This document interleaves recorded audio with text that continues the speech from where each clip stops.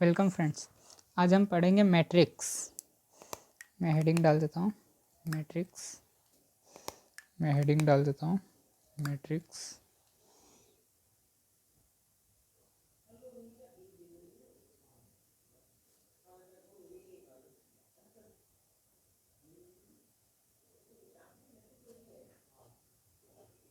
Matrix of view.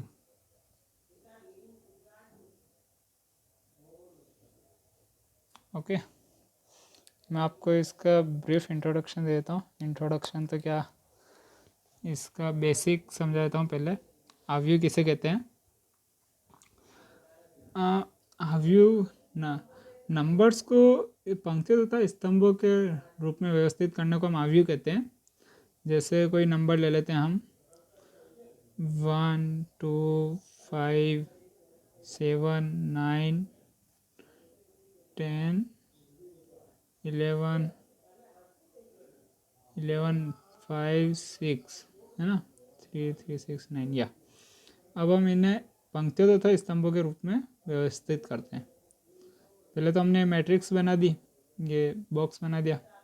अब इसमें हम इन्हों को लिखेंगे 1 2 5 7 9 10 11 5 6। ये हमने पंक्तियों तथा स्तंभों के रूप में व्यवस्थित कर दिया। आप कह रहे हो आपको समझ में नहीं आएगा पंक्तियाँ और स्तंभ क्या है। तो ये जो है ना आड़े, इन्हों को हम कहते हैं पंक्ति। ठीक है, ये तो पंक्तियाँ हो गई, एक पंक्ति, दो पंक्ति, तीन पंक्ति। और ये है स्तंभ, एक स्तंभ, दूसरा स्तंभ, तीसरा स्तंभ। ऐसे स्तंभ जो खड़े हैं ना वो स्तंभ है। अब इसकी कोटि क्या होती है? कोटि को हम वैसे m/n से लिखते हैं, m/n। यहाँ पे m और n की वैल्यू क्या है? जैसे पहले m मतलब पंक्तियों की संख्या, 1 2 3। m की वैल्यू है यहाँ पे 3, और बीच में जो एक क्रॉस का निशान है इसे हम पढ़ेंगे बाय 3/3, क्योंकि n भी स्तंभ भी 3 है। पंक्तियों की संख्या को हम m से डिनोट करते हैं और स्तंभों की संख्या को हम n से डिनोट करते हैं। ओके, और बीच में इस क्रॉस को बाय से पढ़ते हैं, बाय प्रोनाउंस किया जाता है। तो ये 3/3 की एक मैट्रिक्स हो गई है। और जिसमें ये जो अपन ने अंदर जो लिखे हैं ना नंबर्स 1 2 5 7 9 10, ये सब कहलाते हैं अवयव, मैट्रिक्स के अवयव। और इनों के भी स्थान फिक्स रहते हैं। जैसे मैं लिख देता हूँ A11 A12 A13 A21 A22 A23 A31 A32 A33। ये एक मैट्रिक्स बन गई है। ये भी 3/3 की मैट्रिक्स है। ओके, तो इसमें इनों के स्थान फिक्स है। जैसे 1 1 यहीं पे आएगा हमेशा, पहली पंक्ति का और पहले स्तंभ का पहला अवयव है 1 1। ओके, ये पहला 1 तो डिनोट कर रहा है इसकी पंक्ति को, दूसरा 1 डिनोट कर रहा है इसके स्तंभ को। ओके, और यहाँ पे ये जो 1 है यह डिनोट कर रहा है पंक्ति की संख्या। कौन से नंबर की पंक्ति है? पहले नंबर की पंक्ति है। और स्तंभ कौन से नंबर का है? दूसरे नंबर का स्तंभ है। ये पहला स्तंभ, दूसरा स्तंभ, ये तीसरा स्तंभ। तो पहले स्तंभ का पहली पंक्ति का दूसरा स्तंभ वाला अवयव, ये इनों की पहचान है, इस अवयव की पहचान है। इसे हम जैसे AIJ से लिख देते हैं वैसे। तो अब यहाँ पे I की वैल्यू है 1। अब जैसे मैं लिख देता हूँ AIJ, और I की वैल्यू इक्वल्स टू कर देता हूँ 5 बहुत ज़्यादा हो जाएगा। I की वैल्यू कर देता हूँ मैं 1, और J की वैल्यू कर देता हूँ मैं 3। तो अब आप इसका पहले से बता सकते हो कहाँ पे ये ऐसा हो गया है। A13 की पोजीशन यहाँ पे है, ये A13। तो I और J से हम इनों के स्तंभों को, मतलब इनों के स्थान को, इनों की पहचान है I और J। ओके, अब अगर कोई कह दे कि I भी पंक्ति और J स्तंभ, इसे हम ऐसे भी याद रख सकते हैं। ये A13 तेरी क्या पहचान है, तेरा कौन सा स्थान है? तो इसके IV पंक्ति जेवा स्तंभ, IV पंक्ति पहली पंक्ति, जेवा स्तंभ तीसरा स्तंभ, पहला स्तंभ दूसरा स्तंभ, ये तीसरे नंबर का स्तंभ। पहली पंक्ति और तीसरे स्तंभ का अवयव A11 A13, ओके। इसे, और ये मैंने 3x3 की मैट्रिक्स बनाई है। हम इसे और भी लंबी बना सकते हैं, बहुत बड़ी। ये ऐसे अलग चलती जाएगी अनंत तक, A12 A13 dot dot dot AN तक, ओके। और A21 A22 A23, ओके। ऐसे AN तक चलती जाएगी, और इधर भी ऐसे चलती जाएगी आना, ओके। इधर आ जाएगा AM, ओके, AM ऐसे M भी पंक्ति तक चलती जाएगी, M पंक्ति है ये, ओके। इस तरह से चलती जाएगी ये, कितनी बड़ी हो सकती है मैट्रिक्स। ये से हम एक बॉक्स में बंद कर देते हैं। ये हो गई मैट्रिक्स अवयव, इसकी कोटि हो जाएगी M/N, ओके। और मैं अगर आपको बोलूँ, इसको नाम दे देते हैं इस अवयव, इस मैट्रिक्स को A। मैं बोलूँ A में कितने अवयव है, तो आप बता सकते हो ऐसे काउंट करके। यहाँ पे तो आप काउंट करके बता दोगे 3 3 9, ओके। बट ऐसे कभी भी आपको कोटि दे देवे, इसकी कोटि है 3/3, ओके। इसे हम कोटि कहते हैं, ये कोटि है। तो एक ही कोटि का हम मल्टीप्लाई कर देंगे 3 × 3, तो इसके अवयवों की संख्या आ जाएगी 9। जैसे ये आपने काउंट किया यहाँ पे 3 6 और 9, ओके। तो ये 9 आ गया है। इसके अवयवों की संख्या पता करनी है तो हम M × N कर देंगे, M और N का गुणा कर देंगे, तो इस B अवयवों की संख्या आ जाएगी M/N, ओके। ये तो हो गई मैट्रिक्स का बेसिक नॉलेज। और एक और ख़ास बात, अब जैसे कि ये मैट्रिक्स है, मैट्रिक्स C, ओके। तो ये कभी भी इसकी वैल्यू 7 नहीं होगी। ऐसा नहीं होगा कि ये मैट्रिक्स लेते हैं 1 2 6 7, तो अब आप इसकी कुछ वैल्यू लिख दो ऐसे। इसका कोई वैल्यू, मैट्रिक्स का कभी भी कोई मान नहीं होता है, मैट्रिक्स का कोई मान नहीं होता है। यहाँ पे ये 7 है, तो ये 7 इसकी वैल्यू नहीं है यहाँ पे 7। आप ऐसा नहीं लिख सकते, इसका मैट्रिक्स हटा के इसकी जगह पे आप इस तरह से लिख दो 7, ये इसकी वैल्यू नहीं होती, ओके। ये हो गई मैट्रिक्स। वैल्यू होती है सारणिक की, डिटर्मिनेंट्स की। मैट्रिक्स का कोई मान नहीं होता। और एक और ख़ास बात ध्यान रखने वाली बात है कि M कभी भी 1 से छोटा नहीं होगा और माइनस में नहीं होगा। M की वैल्यू और N की वैल्यू, ओके, सॉरी N की वैल्यू हमेशा 1 के बराबर होंगे या 1 से बड़े होंगे, M और N। आप ऐसा समझ सकते हो क्या? बना सकते हो कोई ऐसा अवयव जिसमें 0 पंक्तियाँ और 0 स्तंभ हो, तो वो तो मैट्रिक्स ही नहीं होगी फिर। या फिर -1 पंक्ति और -3 स्तंभ, ऐसा तो हो नहीं सकता ना। तो इसलिए कभी भी M और N की वैल्यू माइनस, नेगेटिव या 0 नहीं हो सकती, ओके। ये हमेशा 1 से बड़े होंगे या 1 के बराबर ही होंगे, ठीक है। ये तो हो गया अवयव का बेसिक नॉलेज। यहाँ पे मैं लाइन अंडर कर देता हूँ। अब यहाँ से नीचे हम लिखेंगे डेफिनेशंस। डेफिनेशन में मैं हेडिंग्स डाल देता हूँ। पहले नंबर के डेफिनेशन हम लिखते हैं शून्य अवयव। शून्य अवयव, शून्य अवयव। इससे हम ऐसे समझ सकते हैं, मैं इधर रफ समझा देता हूँ आपको। जैसे कोई मैट्रिक्स है, इसके सभी अवयव शून्य हैं, तो ये हो गए शून्य अवयव, ओके। ये शून्य अवयव, इसे अवयव, इसकी डेफिनेशन लिख देते हैं। ऐसी अवयव जिसके सभी अवयव शून्य हो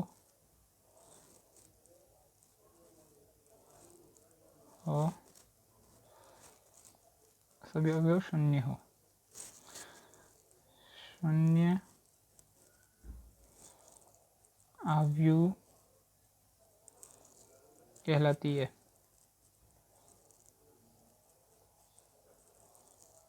ओके,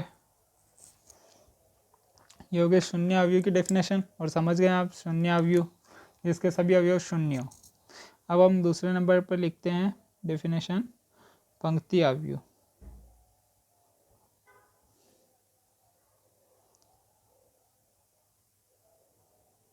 इसे हम इंग्लिश में रो मैट्रिक्स भी कहते हैं, रो मैट्रिक्स।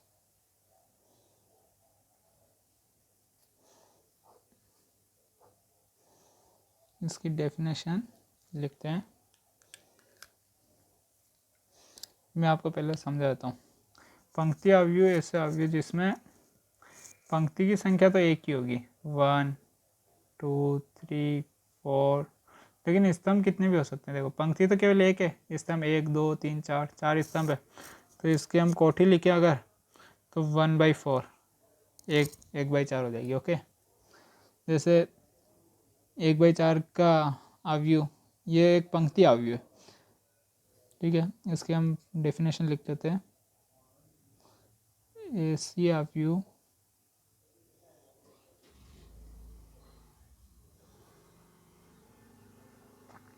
जिसमें पंक्ति की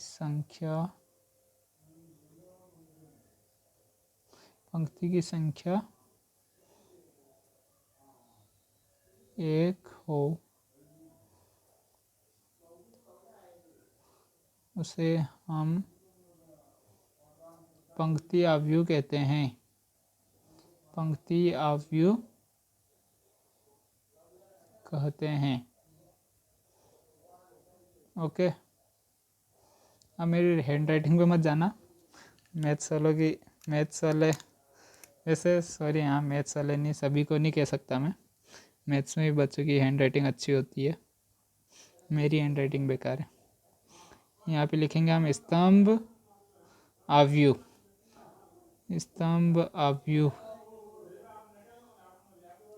column matrix, column matrix underline. हाँ, तो दोस्तों मैं आपको पहले स्तंभ अवयव को एक्सप्लेन कर देता हूँ। जैसे स्तंभ अवयव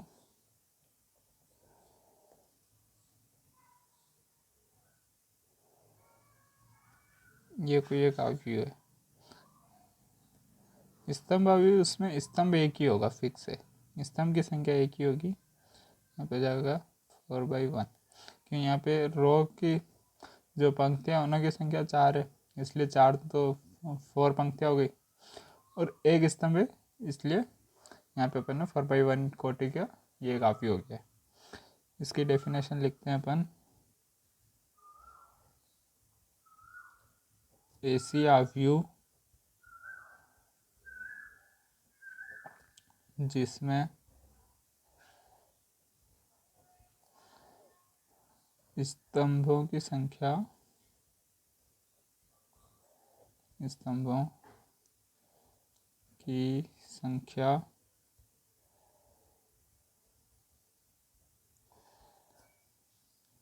एक हो,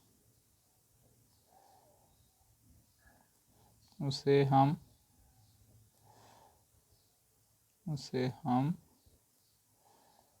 स्तंभ अवयव कहते हैं।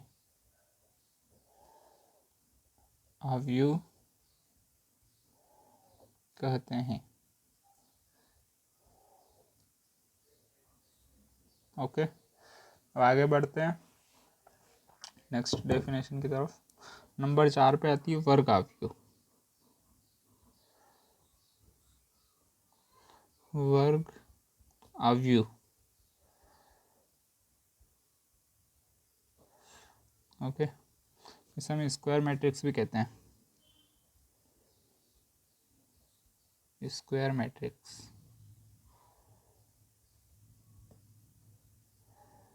ओके, इसे मैं आपको एक्सप्लेन कर देता हूँ। स्क्वायर मैट्रिक्स या वर्ग अवयव उससे कहते हैं जिसमें स्तंभों और पंक्तियों की संख्या समान हो। जैसे ये कोई एक मैट्रिक्स है, ओके, एक और एग्जांपल ले लेते हैं। यहाँ पे स्तंभों और पंक्तियों की संख्या बराबर रहने वाली है। मैं लिख देता हूँ 1 2 3 4। यहाँ पे 2 ही पंक्तियाँ हैं और 2 ही स्तंभ है, तो m और n की वैल्यू इक्वल हो, वो स्क्वायर मैट्रिक्स होती है। ओके, m और n की वैल्यू बराबर होनी चाहिए। यहाँ पे लिख लेते हैं अपन 1 2 5 6 7 9 8 9 11। इसकी कोटि क्या है?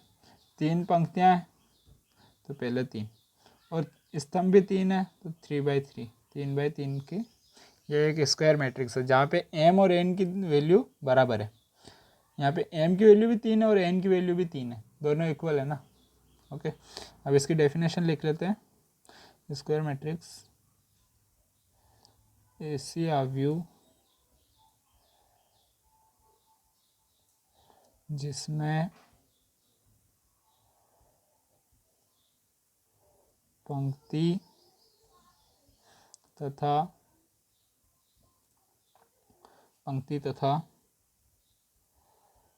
स्तंभों की संख्या समान हो।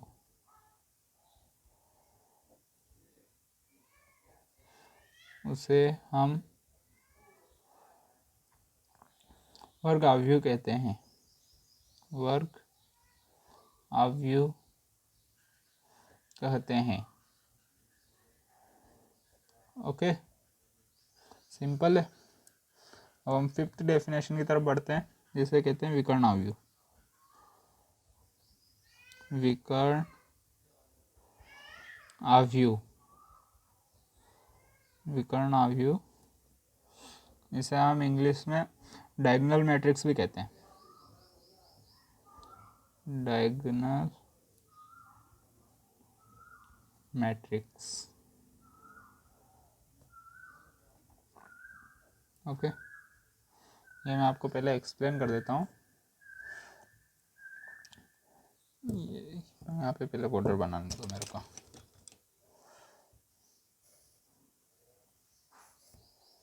ओके, ये इसका एक एग्जांपल है। यस, अब विकर्ण आव्यूह को समझते हैं। यहाँ पे समझाता हूँ मैं। विकर्ण आव्यूह जैसे एक एग्जांपल के लिए ये हो गया, फिर एक ये हो गई, तो यहाँ पे इन दोनों का ये एक विकर्ण बन रहा है, जैसा आप देख सकते हो। ये एक मुख्य विकर्ण बन रहा है और इस विकर्ण के अलावा सारे अवयव शून्य होंगे। 1 0 0 0 2 0 0 0 3। तो यहाँ पे एक विकर्ण बन रहा है और विकर्ण के अलावा जितने भी अवयव है सारे शून्य अवयव हो, तो उसे हम विकर्ण अवयव कहते हैं। ओके, इसकी कोटि क्या है? 2/2। इसकी कोटि क्या है? 3/3, 3/3। और यह विकर्ण अवयव सिंपल है एकदम। विकर्ण के अलावा जितने भी अवयव हैं, इस विकर्ण के अलावा जितने भी अवयव हैं सारे शून्य होंगे। विकर्ण पे कोई भी अवयव हो सकते हैं। ओके, इसके हम डेफिनेशन लिख लेते हैं। वह वर्ग आव्यूह, यहाँ पे लिखते हैं, वह वर्ग आव्यूह जिसके मुख्य विकर्ण के अवयवों को छोड़कर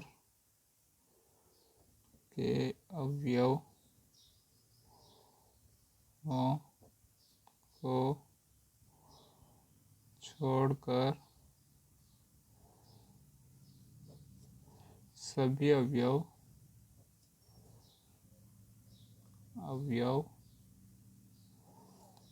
शून्य हो। ओके, उसे हम विकर्ण आव्यूह कहते हैं। अब हम नेक्स्ट डेफिनेशन की तरफ बढ़ते हैं। नंबर 6 पे आएगी हमारे अदिश आव्यूह। स्केलर मैट्रिक्स भी कहते हैं इसे, अदिश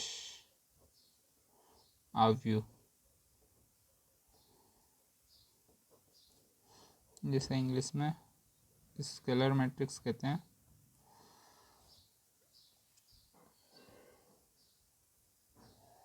स्केलर मैट्रिक्स, ओके। मैं आपको ये एक्सप्लेन कर देता हूँ। यहाँ पे एक एक्सप्लेन कर लेते हैं।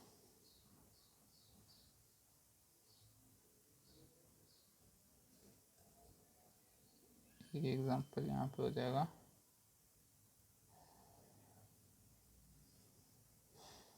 यहाँ पे लिख लेते हैं 1 1 0 0 2 0 0 0 2 0 0 0 2। आपको देख के समझ में आ गया होगा, ये अदिश अवयव भी है तो विकर्ण अवयव ही, किंतु इसके विकर्ण में जो मुख्य विकर्ण के जो अवयव है ना, वो सारे अवयव एक समान है। देख रहे हो यहाँ पे 2 2 2, मुख्य विकर्ण के जितने भी अवयव है सारे एक समान होंगे। ओके, इसकी कोटि क्या हो जाएगी 2/2, इसकी कोटि हो जाएगी 3/3। ओके, 3/3 का अवयव ही है। यहाँ पे हम डेफिनेशन लिख लेते हैं।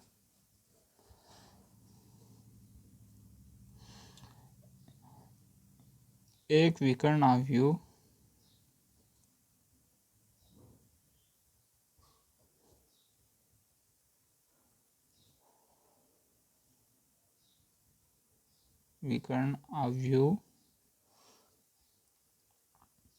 जिसके विकर्ण के अवयव समान हो,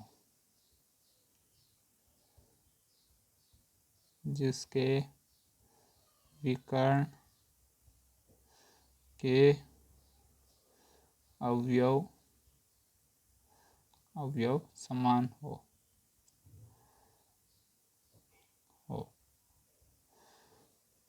उसे हम अदिश अवयव कहते हैं। विकर्ण के समान हो, अदिश अवयव कहलाता है। अदिश अवयव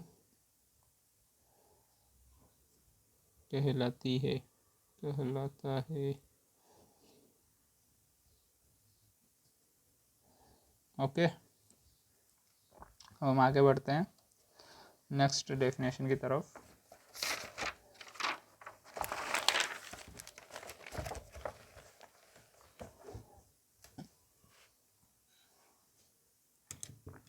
डेफिनेशन नंबर 7,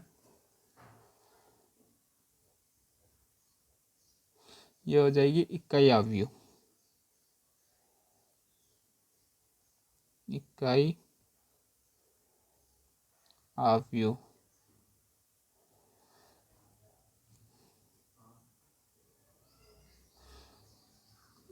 इसे हम यूनिट मैट्रिक्स कहते हैं इंग्लिश में, यूनिट मैट्रिक्स। ओके,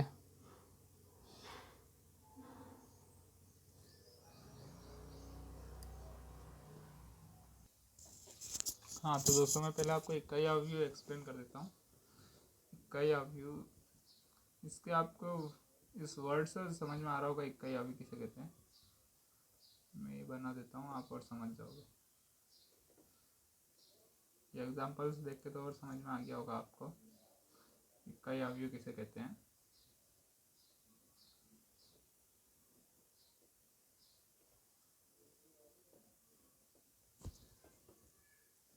मैं कोटि भी लिख देता हूँ 2/2 और 3/3। ओके, ऐसा विकर्ण अवयव जिसके मुख्य विकर्ण के अवयव एक हो। ओके, इसके मुख्य विकर्ण के अवयव एक ही है और उसके अलावा सारे अवयव शून्य हो, ये सब इकाई अवयव कहते हैं। इकाई से आपको समझ में आ रहा होगा इकाई अवयव। और इसे हम तत्समक अवयव भी कहते हैं। यहाँ पे लिख देता हूँ मैं कोष्टक में, तत्समक अवयव, तत्समक अवयव, और इंग्लिश में हम इसे आइडेंटिटी मैट्रिक्स भी कहते हैं। Identity matrix.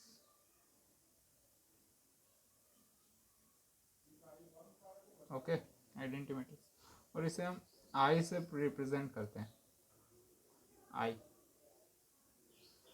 आई से रिप्रेजेंट करते हैं। इसकी डेफिनेशन लिखवा देता हूँ मैं आपको। ऐसा विकर्णावयव,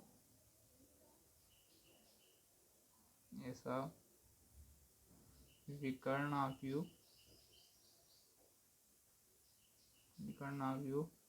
जिसके मुख्य विकर्ण के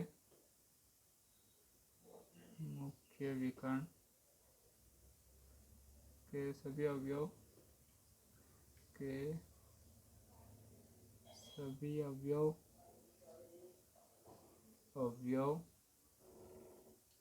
एक हो,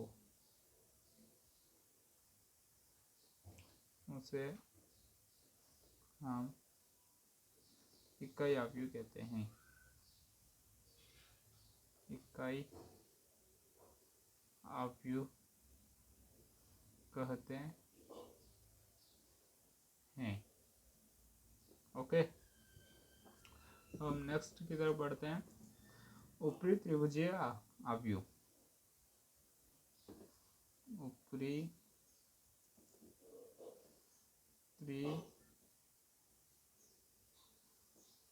त्रिभुजीय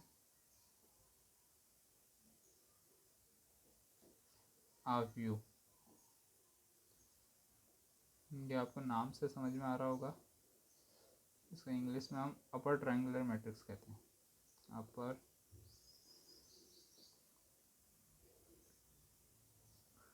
triangular matrix. Okay, upper triangular matrix. मैं आपको एक्सप्लेन कर देता हूँ क्या होता है। जैसे एक ये हो गया, एक ये हो गया। 1 2 3 0, 1 2 3 4 5 0 0 0 6। ओके, ये आपको दिख रहा हो तो एक ट्रायंगल बन रहा है। ये एक ट्रायंगल बन रहा है ना। ऊपर की तरफ एक ट्रायंगल बन रहा है, यहाँ पे भी एक ट्रायंगल बन रहा है, देख सकते हैं। तो इसलिए हम इसे अपर ट्रायंगुलर मैट्रिक्स कहते हैं। ऊपरी त्रिभुजीय आकार, त्रिभुजीय अवयव। ऊपर की तरफ एक त्रिभुज बन रहा है, ये मैट्रिक्स है। इस मैट्रिक्स में ये नीचे का हो, ये तो नीचे का भाग हो गया, ये ऊपर एक त्रिभुज बन रहा है। ओके, ऊपर की तरफ। और यहीं पे अगर मैं आपको यहाँ पे एक और साथ में एक्सप्लेन कर देता हूँ। नंबर 9 पे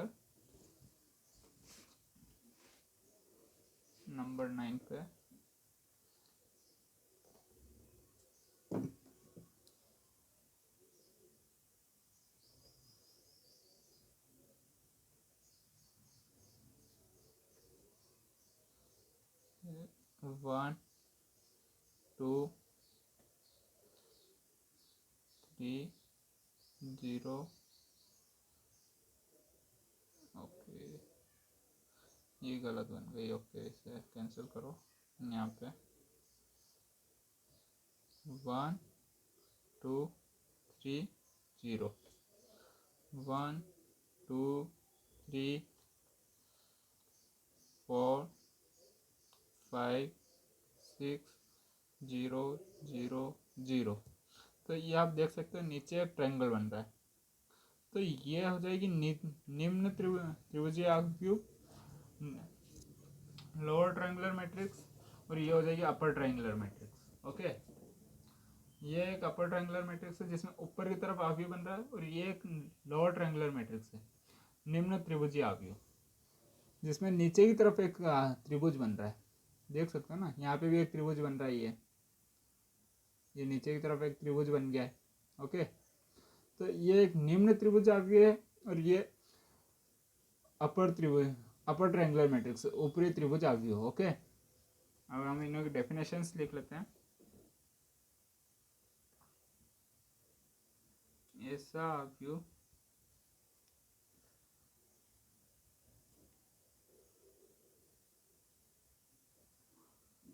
व्यू जिसमें ऊपर की तरफ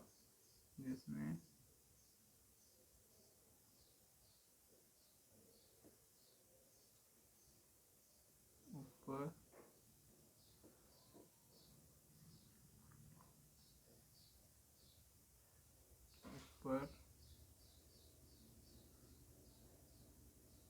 एक त्रिभुज बन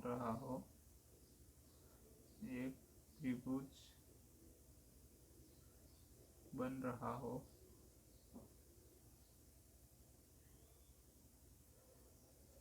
उसे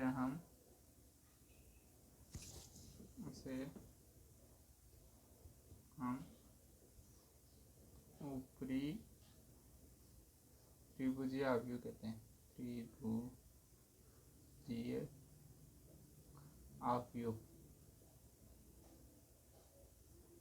कहते हैं।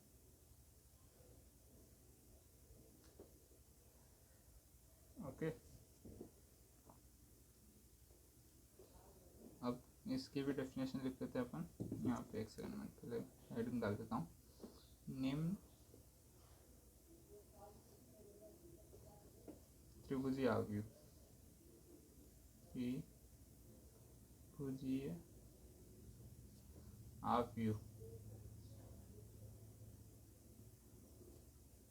ब्रैकेट में इंग्लिश में हम इसे लोअर ट्रायंगुलर मैट्रिक्स कहते हैं। Lower triangular matrix. Okay, lower triangular matrix example मैंने आपको दे दिया है, जिसमें नीचे की तरफ नीचे वाले अवयवों से एक त्रिभुज बन रहा है और इसमें ऊपर वाले अवयवों से एक त्रिभुज बन रहा है। ओके, डिफरेंसेस समझ में आ गए ना आपको। अब हम इसकी डेफिनेशन लिख लेते हैं।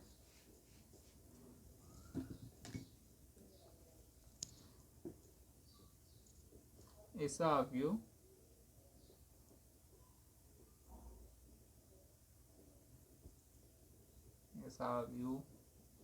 जिसमें नीचे के अवयवों से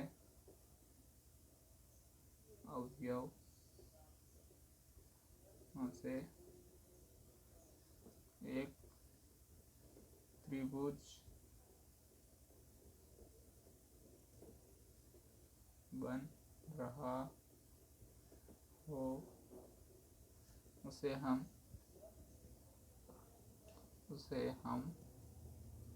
निम्न त्रिभुज आव्यूह कहते हैं। निम्न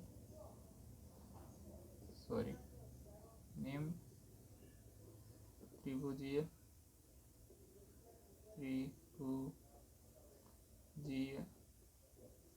आव्यूह कहते हैं। ओके, ये ट्रायंगल मैट्रिक्स के प्रकार हो गए सारे, आव्यूह के प्रकार। इसमें एक और आता है नंबर 10 पे, उप आव्यूह।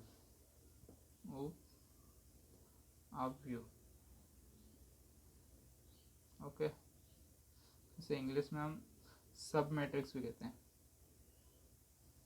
सब मैट्रिक्स मैं आपको एक्सप्लेन कर देता हूँ। जैसे फॉर एग्जांपल हम ले लेते हैं यहाँ पर एक 3x3 का आव्यूह, 3x3 का, 1 2 3 4 5 6 7 8 9।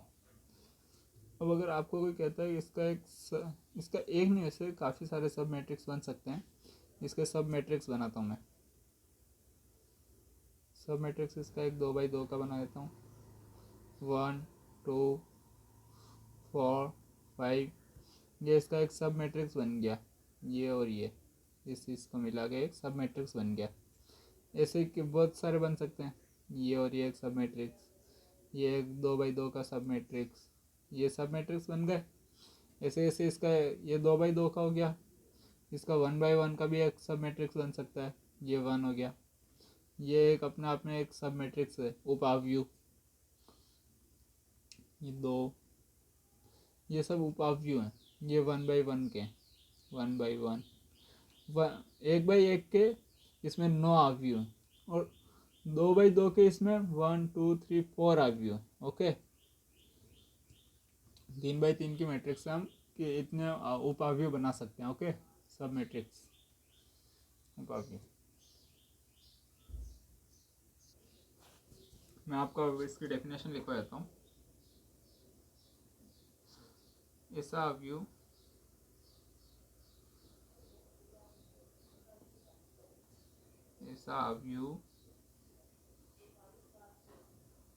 जो किसी अवयव की कुछ पंक्तियाँ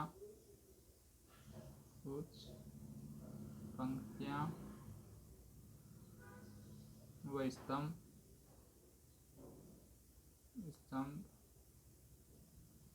हटाने पर बना हो, उसे हम उपावयव कहते हैं। उसे हम उपावयव कहते हैं। ओके, ये तो हो गया अवयव के प्रकार, मैट्रिक्स के सारे टाइप्स हो गए। मैं यहाँ पे लाइन खींच लेता हूँ पहले। ये सारे टाइप्स हो गए, आपको समझ में आ गया ना। उपावयव, कोई भी अवयव है तो उसकी कुछ पंक्तियों को और कुछ स्तंभों को हटा दो, जो अवयव बचेगा वो उपावयव कहलाएगा। ये उपावयव है इसका। ओके, जैसे मैं इन्हों को नाम दे देता हूँ बी। ओके, और ये है ए, तो बी उपावयव है ए का। ओके, इसको मैं नाम देता हूँ सी, तो सी उपावयव है ए का। ठीक है ना। ओके, अब हम आगे बढ़ते हैं। दो अवयवों का योग, मैं हेडिंग डाल देता हूँ, दो अवयवों का योग।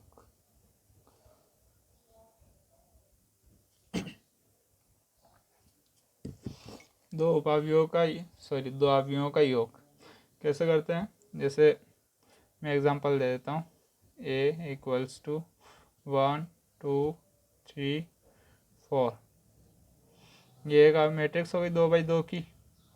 और यहाँ पे मैं b इक्वल्स टू कर देता हूँ 4 5 6 7, ये भी एक मैट्रिक्स हो गई 2x2 की।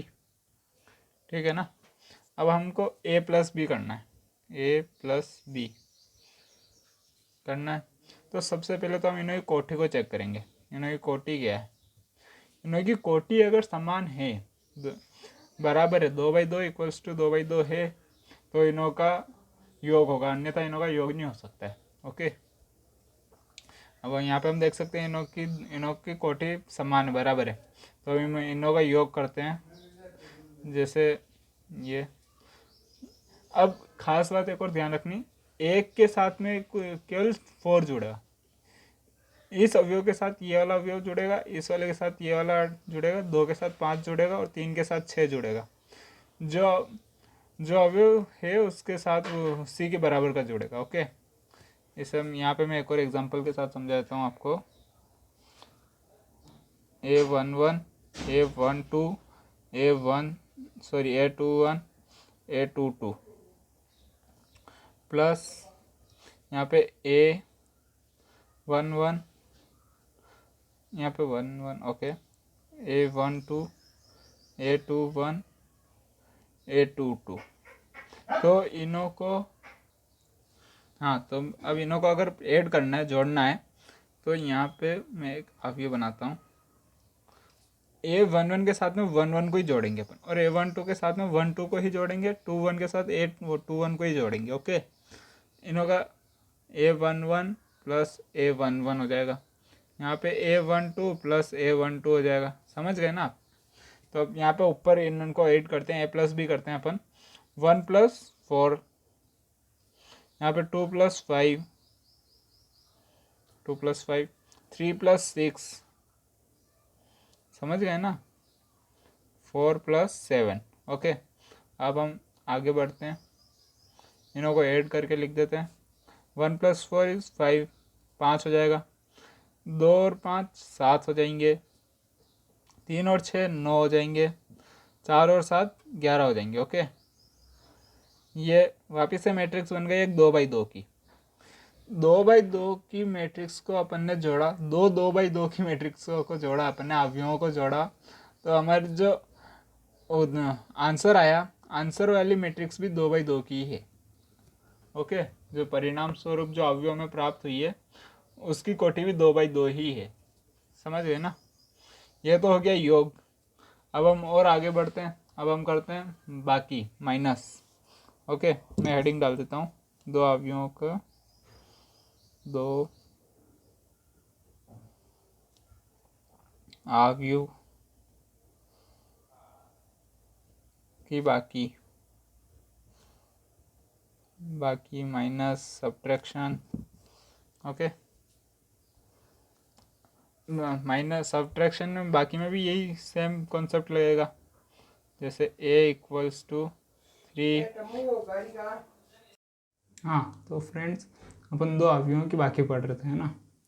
मैं आपको एग्जांपल देता हूँ दो अवयवों की बाकी करने के लिए। 3 5 सॉरी एक सेकेंड, यस 3 5 4 6 ए अवयव हो गई। अब बी अवयव ले लेते हैं अपन, 9 2 1 5। ओके, ये ए अवयव हो गया, ये बी अवयव हो गया। अब इनों की बाकी करनी है, इनों को माइनस करना है। अपन पहले फाइंड करते हैं ए माइनस बी। ये फाइंड करने के लिए आपको सबसे पहले तो ये चेक करना है कि अवयव ए और अवयव बी की कोटि क्या है। इनों की कोटि है 2x2, इसकी भी कोटि है 2x2। अगर इन दोनों की कोटि एक समान है, बराबर है, तो ही ये अवयव माइनस होंगे या फिर प्लस होंगे। प्लस माइनस करने के लिए दोनों की कोटि बराबर होना आवश्यक है। ओके, अब हम ए माइनस बी फाइंड करते हैं। ए माइनस बी इक्वल्स टू ये अवयव 3 माइनस 9 लिखेंगे यहाँ पर 5 माइनस 2। यहाँ आप समझ रहे हो ना, 3 में से 9 ही माइनस होगा। आप 3 में से 1 या 5 इनों किसी को माइनस नहीं कर सकते। इसके बराबर वाला ही माइनस होगा। 3 की जगह पे इधर 9 है तो ये 9 माइनस होगा, और 5 के बराबर वाला 5 की जगह पर इधर 2 है तो वो माइनस होगा। ओके, तो 5 में से 2 माइनस किया, 4 में से 1 को माइनस कर देंगे अपन, और 6 में से 5 को माइनस कर देंगे, 6 माइनस 5। ओके, अब हम फाइनल आंसर फाइंड करते हैं। फाइनल आंसर हो जाएगा हमारा यहाँ पर -6, यहाँ पर हो जाएगा 3, यहाँ पे भी 3, यहाँ पर 1। ओके, और ये जो अवयव प्राप्त हुआ इसकी भी कोटि 2x2 है। तो आप ये ध्यान रखना, अगर दो इनों की कोटि अगर बराबर होगी तब ये प्लस माइनस होंगे, और जो इनों की कोटि होगी वही कोटि आपके परिणाम में भी प्राप्त होगी। ओके, जो परिणाम में प्राप्त होगा ना आपको जो अवयव, उसकी कोटि भी बराबर होगी। ओके, और आप ये सब तो समझ गए होंगे ऊपर, बाकी प्लस और माइनस वगैरह, है ना। अब हम आगे बढ़ते हैं नेक्स्ट। अब हम सीखेंगे मल्टीप्लाई। मल्टीप्लाई करना सीखेंगे हम। मैं हेडिंग डाल देता हूँ, दो अवयवों का गुणा। दो अवयवों का गुणा। ओके, ये अब हम सीखेंगे दो अवयवों का गुणा। तो गुणा करते समय मैं आपको पहले एक एग्जांपल देता हूँ। A11 A12 A21 A22। Okay, ये एक काफ़ी हो गया ए, और अब इसी तरह ले लेते हैं बी। बी में हो जाएगा B11, B12, B21, B22। Okay, ये एक दूसरा अवयव हो गया, अवयव बी, अवयव ए। ओके, कैपिटल ए और कैपिटल बी। अब हम इनों का करते हैं मल्टीप्लाई। तो उससे पहले सबसे पहले हम चेक करेंगे इनों की कोटि क्या है। इस यहाँ पे कोटि है 2/2, यहाँ पे भी कोटि है 2/2। ओके, तो अब हम सबसे पहले तो इन दोनों कोटि को यहाँ पे लिखते हैं 2/2 और 2/2। तो ये और ये दोनों समान होने चाहिए मल्टीप्लाई करने के लिए। इसका n और इसका m बराबर होना चाहिए। Okay, n equals to m होना चाहिए दोनों कोटि में। इसमें n दोनों का, इसका n होना चाहिए और इसका m इक्वल होना चाहिए, बराबर। ओके, यहाँ पे हो गया 2 और 2। एक हिसाब से अपन ये कह सकते हैं ये कट जाएंगे दोनों। ओके, ये कट गए। ऐसे काटना नहीं है एग्जाम में, ये मैं आपको बताने के लिए कर रहा हूँ बस। ये कट जाएंगे तो अपन समझ सकते हैं कि हाँ ये इनों का मल्टीप्लाई होगा। अगर यहाँ पर अगर इस तरह ना होकर के इस तरह हो जाता कुछ और सिचुएशन बनती 3/2 और यहाँ पे हो जाती 3/2, ये कोटि हो जाती, तो ये दोनों समान नहीं है, मतलब यहाँ पे गुणा संभव नहीं है। ओके, मल्टीप्लाई नहीं कर सकते हम यहाँ पे अगर ऐसी कोई सिचुएशन बनती तो। ओके, दोनों का इक्वल होना जरूरी है तभी गुणा हो सकता है, वरना गुणा नहीं हो सकता। अब हम मल्टीप्लाई करते हैं ए और बी को, ए इंटू बी करते हैं। तो अब हमारा आंसर, अब आपको मल्टीप्लाई करने के लिए आपको एक रूल याद रखना है, इसकी पंक्ति इसका स्तंभ, इसकी पंक्ति इसका स्तंभ, इसकी पंक्ति का गुणा इस स्तंभ से होएगा, फिर इस पंक्ति का गुणा इस स्तंभ से होएगा। ओके, इसकी पहली पंक्ति का गुणा पहले दोनों स्तंभों से कराएंगे। आपको समझ नहीं आ रहा होगा, इसकी पंक्ति है, इसकी पंक्ति का पहले ये पहली पंक्ति का दोनों स्तंभों से गुणा कराएंगे अपन, और फिर दूसरी पंक्ति का वापस से दोनों स्तंभों से गुणा करेंगे। ओके, आपको ये याद रखना है, इसकी पंक्ति इसका स्तंभ, इसकी पंक्ति इसका स्तंभ, फिर इसकी पंक्ति इसका स्तंभ, फिर इसकी पंक्ति फिर इसका स्तंभ। ओके, इस तरह से मल्टीप्लाई करना है। जैसे अब मैं आपको मल्टीप्लाई कराता हूँ, इसकी पंक्ति, इस पंक्ति का मतलब A11, इसकी पंक्ति इसका स्तंभ, ये स्तंभ का पहला अवयव B11, तो यहाँ पे A11 B11 हो जाएगा, ये मल्टीप्लाई, फिर हो जाएगा बीच में प्लस, फिर अब A12 और A21 इस स्तंभ का। ओके, इस पंक्ति का दूसरा अवयव, इस स्तंभ का दूसरा अवयव, A12 इंटू B21 A12 और B21 हो जाएगा। ओके, ये एक बार इस पंक्ति का गुणा इस स्तंभ से हुआ, अब वापस से इस पंक्ति का गुणा इस स्तंभ से भी होगा। ओके, अब A11 इंटू B12 हो जाएगा, A11 इंटू B12, बीच में प्लस का निशान ध्यान रखना, प्लस का। अब इसका दूसरे स्तंभ A12 का गुणा हो जाएगा B22 से, A12 इंटू B22, इसकी पंक्ति इसका स्तंभ, वापस से इसी पंक्ति इसका स्तंभ, फिर इस पंक्ति का इस स्तंभ से, वापस इसी पंक्ति का वापस इस स्तंभ से भी। ओके, आपका जो पहला होगा ना, जैसे यहाँ पे पहले ए आ रहा है तो ए की पंक्तियां लेंगे। ओके, और बी के स्तंभ होंगे, ठीक है ना। मैं और आपको एग्जांपल देता हूँ आगे, पहले एक बार इसका कर लेते हैं। अब दूसरी पंक्ति का गुणा कराएंगे, पहली पंक्ति का तो हो गया है ना, पहली पंक्ति का दोनों स्तंभों से गुणा हो गया, अब दूसरी पंक्ति का दोनों स्तंभों से गुणा करवाएंगे। तो अब दूसरी पंक्ति A21 का गुणा हो जाएगा B11 से, B11 प्लस A21 का गुणा होगा वापस से B21 से, सॉरी A22 का गुणा होगा। ओके, A22 का गुणा होगा B21 से। अब आप इस पंक्ति का पहले स्तंभ से गुणा हो गया, वापस अब इस पंक्ति का दूसरे स्तंभ से भी गुणा कराएंगे, तो A21 into B12, A21 into में B12 आ जाएगा, बीच में प्लस, फिर A22 और B22, A22 B22, ये हो गया हमारा A इंटू बी। सेम इसी तरह से अगर हम B इंटू ए की फाइंड करें, ये अपन ने A इंटू बी फाइंड किया है, अब अगर अपन फाइंड करें B इंटू ए, तो उसके लिए हम वापस से आपकी बार बी की पंक्तियां ली जाएगी। ओके, आपकी बार बी की पंक्तियां होगी और ए के स्तंभ होंगे। जो पहले आता है उसकी पंक्तियां ली जाती है और जो बाद में होता है उसके स्तंभ लिए जाते हैं। ओके, ये आप याद रखिएगा। तो यहाँ पे पहले बी आ रहा है तो बी की पंक्तियां लेंगे हम। बी की पंक्ति B11 का गुणा हो जाएगा A11 से पहले तो, फिर बीच में प्लस का निशान, फिर इसकी पंक्ति ले रहे हैं तो B12 का गुणा होएगा इसके स्तंभ के दूसरे अवयव से। ओके, A21 से, A21। अब इस पंक्ति का गुणा इस पहले स्तंभ से हो गया, अब इस पंक्ति का वापस दूसरे स्तंभ से गुणा होएगा। ओके, तो B11 का गुणा होएगा A12 से, बीच में प्लस, और फिर वापिस से अब B12 का गुणा होएगा इसके दूसरे स्तंभ के साथ। एक सेकंड, यस, A12 के साथ में हो गया इसकी स्तंभ। अब A22 के साथ करेंगे। ओके, अब वापिस से पहली पंक्ति का गुणा दोनों स्तंभों के साथ हो गया है ना।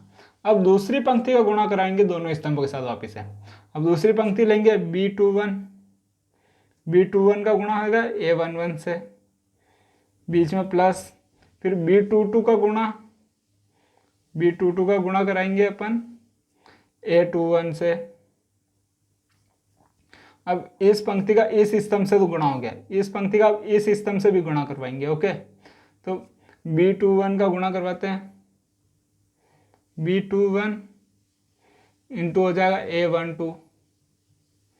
अब B22 का गुणा करवाएंगे अपन, B22 इंटू में हो जाएगा A22। ओके, ये हो गया मल्टीप्लाई। ये जो अब अपन इनको मल्टीप्लाई करके प्लस कर लेंगे, यहाँ पे भी मल्टीप्लाई करके फिर प्लस कर देंगे। ओके, इसको मल्टीप्लाई करेंगे, इनको मल्टीप्लाई करेंगे, प्लस कर देंगे, इन दोनों का मल्टीप्लाई, इसका भी मल्टीप्लाई, फिर बीच में प्लस कर देंगे। ओके, तो ये हमें वापिस से 2/2 के अवयव प्राप्त हो जाएंगे। अब हम एक एग्जाम्पल ले लेते हैं अपन, एग्जाम्पल EX करके मैं ले लेता हूँ A बराबर 1 2 3 4। अभी हम 2/2 के मैट्रिक्स का मल्टीप्लाई कर रहे हैं, फिर B इक्वल्स टू ले लेते हैं 2 3 5 6। ओके, यहाँ पे हम ये A और B हो गया। अब हम A इंटू बी फाइंड करते हैं, A into B equals to, यहाँ पे इसकी पहली पंक्ति का इस स्तंभ से गुणा होगा। ओके, पहली पंक्ति इंटू पहला स्तंभ, तो 1 का गुण मल्टीप्लाई होगा 2 से, 1 इंटू 2, बीच में प्लस का निशान लगा के हम पहली पंक्ति पहला स्तंभ, 2 का मल्टीप्लाई होगा 5 से, 2 इंटू 5, फर्स्ट रो का फर्स्ट कॉलम से मल्टीप्लाई हो गया है ना, पहली पंक्ति का पहले स्तंभ के साथ। अब वापिस से पहली पंक्ति का दूसरे स्तंभ के साथ भी मल्टीप्लाई करेंगे, पहली पंक्ति 3 इंटू 1 हो जाएगा, 1 इंटू 3, बीच में प्लस, अब 2 का मल्टीप्लाई होगा 6 से, पहली पंक्ति पे दूसरे स्तंभ के साथ। ओके, 2 इंटू 6 हो जाएगा, ये बन। अब दूसरी पंक्ति का पहले स्तंभ के साथ भी गुणा होगा, इसके दूसरे स्तंभ के साथ भी होगा। ओके, तो 3 इंटू 2 पहले तो, फिर plus 4 into 5, then 3 into 3, then 4 into 6, बीच में प्लस का निशान, 4 इंटू 6। ओके, अब हम फाइनल आंसर निकालते हैं, तो 2 प्लस 10, 3 प्लस 12, फिर 6 प्लस 20, 9 प्लस 24। ये अब हम इन्हों को प्लस कर देंगे, 12 15 26 एंड 33। ओके, ये हमारा फाइनल आंसर प्राप्त हो गया, जिसकी कोटि भी है 2/2, इनों की कोटि भी है 2/2। इनों की कोटि सर्वप्रथम चेक करें, मेरे को अभी पहले पता था इसलिए मैंने चेक नहीं किया। मेरे को पता है, लेकिन कभी भी मल्टीप्लाई करने से पहले इनों की कोटि को अवश्य चेक करें। अगर कोटि के इसका लास्ट वाला और इसका फर्स्ट वाला बराबर होगा तो ही मल्टीप्लाई हो सकता है, वरना मल्टीप्लाई नहीं होगा। ओके, अब हम आगे बढ़ते हैं और एक और एग्जांपल लेते हैं। मैं और एग्जांपल लेके बताता हूँ आपको। यहाँ पे एग्जांपल लेता हूँ मैं, ex इक्वल्स टू a, यहाँ पे 1 2 3 4 5 6, और अब मैं b ले लेता हूँ।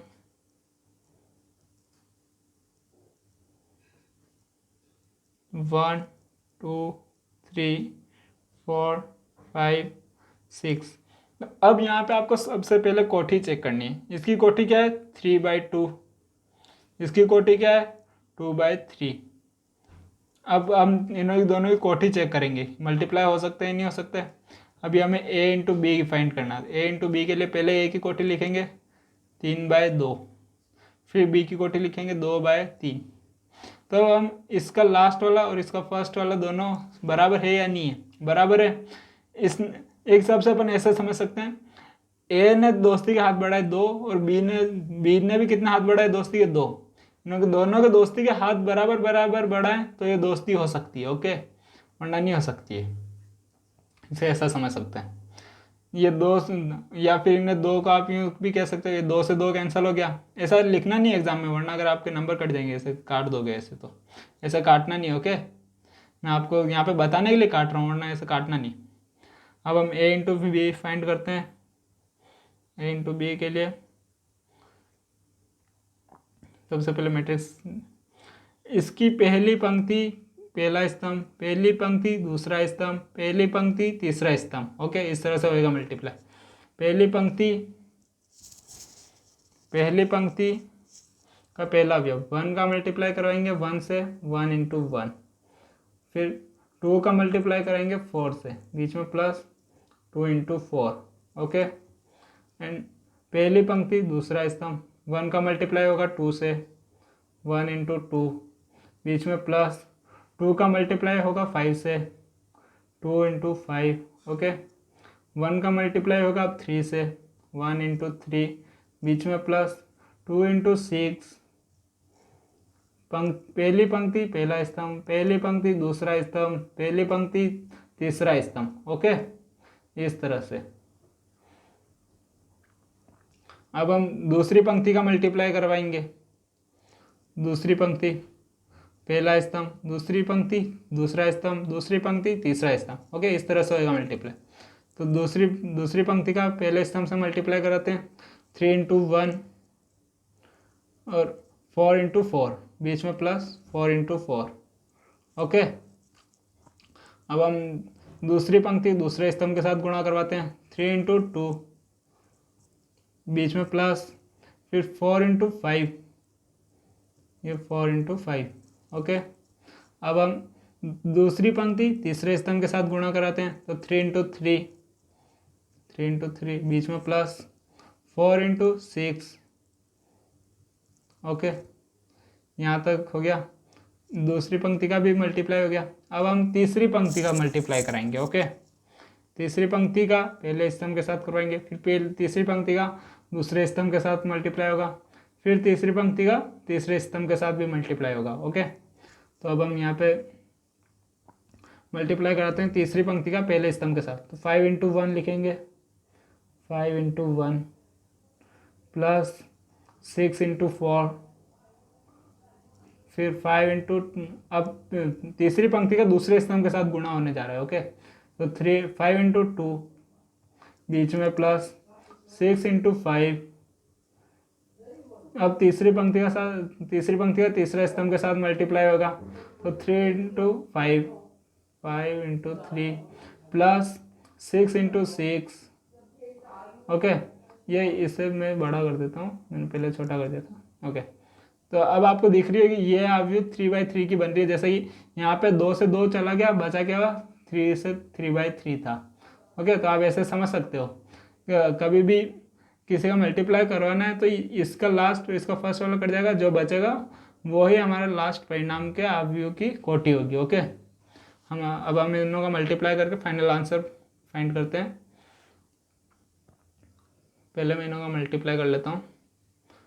1 + 2 सॉरी 8, 2 + 10, 3 + 12।